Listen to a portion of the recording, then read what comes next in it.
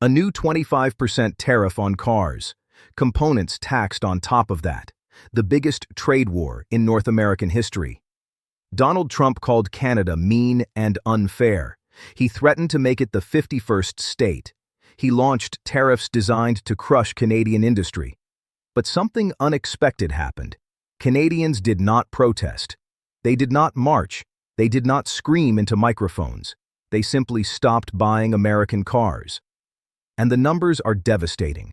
For the first time in over 30 years, Canada imported more vehicles from Mexico than from the United States. Not because politicians organized it, not because unions demanded it, because millions of Canadians, one purchase at a time, quietly walked away from American brands. This is the silent boycott. And Detroit is feeling it. The statistics are brutal. In June, Canadian importers spent over $1 billion on passenger vehicles from Mexico. Meanwhile, imports from the United States dropped to around $950 million. That is the first time Mexico has outsold America in Canadian vehicle imports since the early 1990s.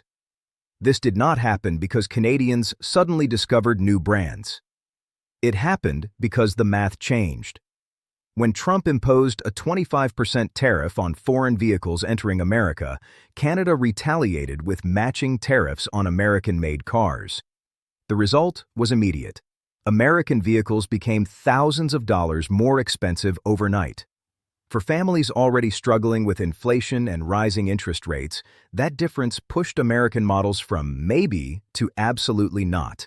Meanwhile, Japanese and Korean vehicles built right inside Canada slid into the gap. The Toyota RAV4, the Honda CR-V, the Civic, all assembled on Canadian soil in Ontario and Quebec. These cars became the obvious choice, easier to get, cheaper after tariffs. And they did not come with political baggage. Before the tariffs hit, Canada was importing around $2.5 billion worth of American vehicles every single month. Now that number has collapsed. Canada is the single largest buyer of American-made cars and trucks. Last year, American exports of vehicles to Canada exceeded shipments to Germany, Mexico, and China combined. If this trend continues, those exports could be cut in half. That is not a market fluctuation. That is an industry earthquake. But this shift did not start with tariffs. American automakers had already been retreating from Canada for years. Ford canceled its electric vehicle project at the Oakville plant. The company originally planned to invest nearly $2 billion to transform the facility into an EV hub. Instead, they delayed production, then scrapped the electric SUV entirely. Thousands of workers were left waiting for jobs that never came. Stellantis stopped building the Chrysler 300 in Brampton. Jeep production was delayed indefinitely.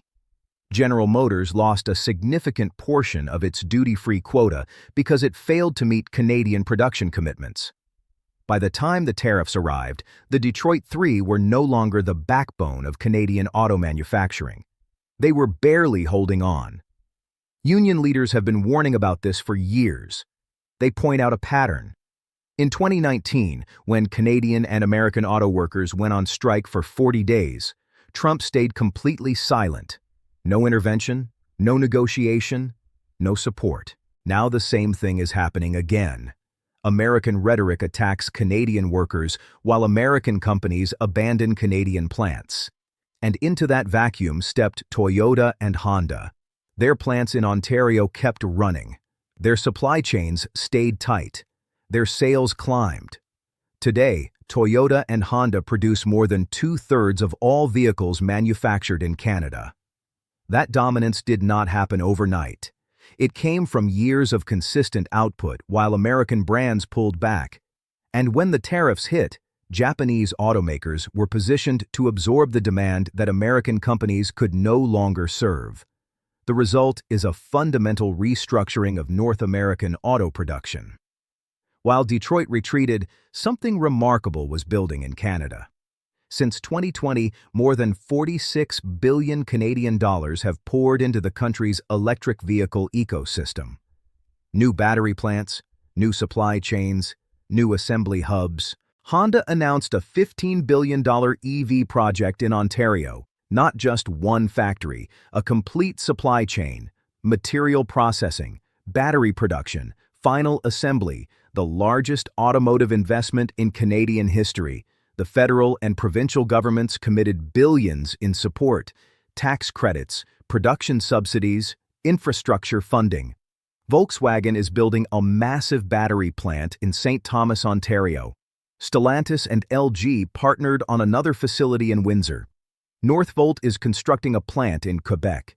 The auto parts sector has seen its GDP climb from around $8 billion to more than $10 billion. Employment in the sector now exceeds 80,000 workers. This is the part no one in Washington wants to acknowledge.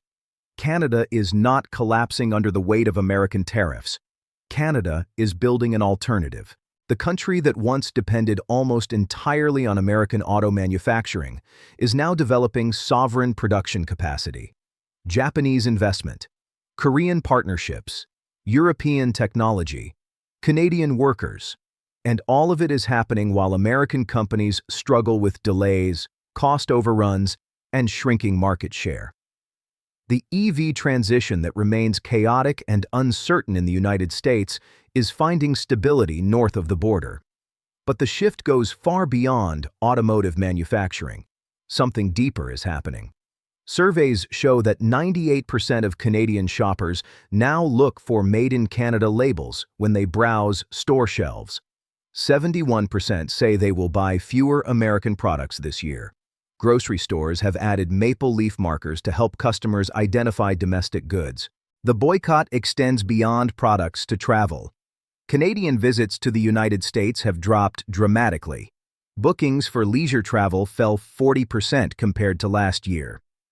Duty-free shops along the border report business down more than 80%. Canadians are not crossing the border for shopping trips. They are not filling American gas stations. They are not visiting outlet malls. They are not buying vehicles from border town dealerships. Businesses in Michigan, New York, and Ohio have felt the absence immediately. And here is what makes this different from any previous trade dispute. You can negotiate with a protest. You can bargain with a government. You can meet with a union. But you cannot negotiate with a shift in consumer behavior. When millions of people quietly change their spending habits, no trade deal can reverse it overnight. Trust, once broken, takes years to rebuild. Goldman Sachs estimates the United States could lose up to $90 billion in revenue from international boycotts and declining foreign tourism. That number will grow if the trade war continues. This is not politics. This is economics. When American cars cost thousands more and come with political uncertainty attached, consumers go where the value is, every single time. A new auto landscape is forming, quietly, steadily, almost invisibly. North America is no longer defined by the old pattern where Detroit leads and everyone else follows.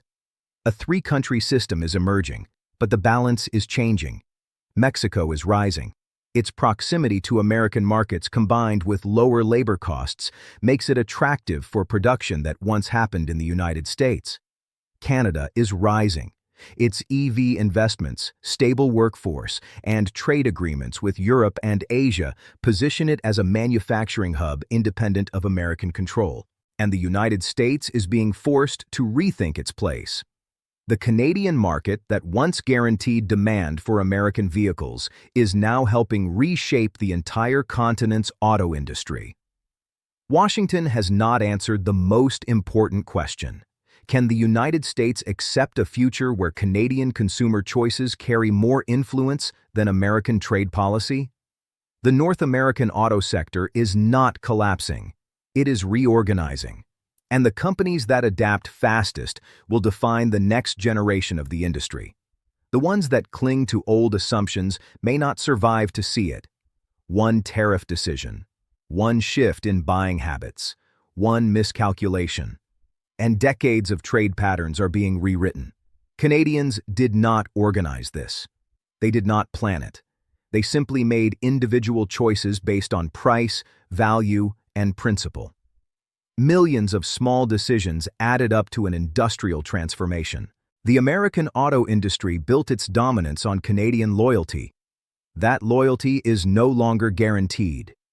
If a single policy shift can reshape something as massive as the continental auto industry, what other parts of the economy might be more fragile than they appear? Subscribe now. There is much more ahead.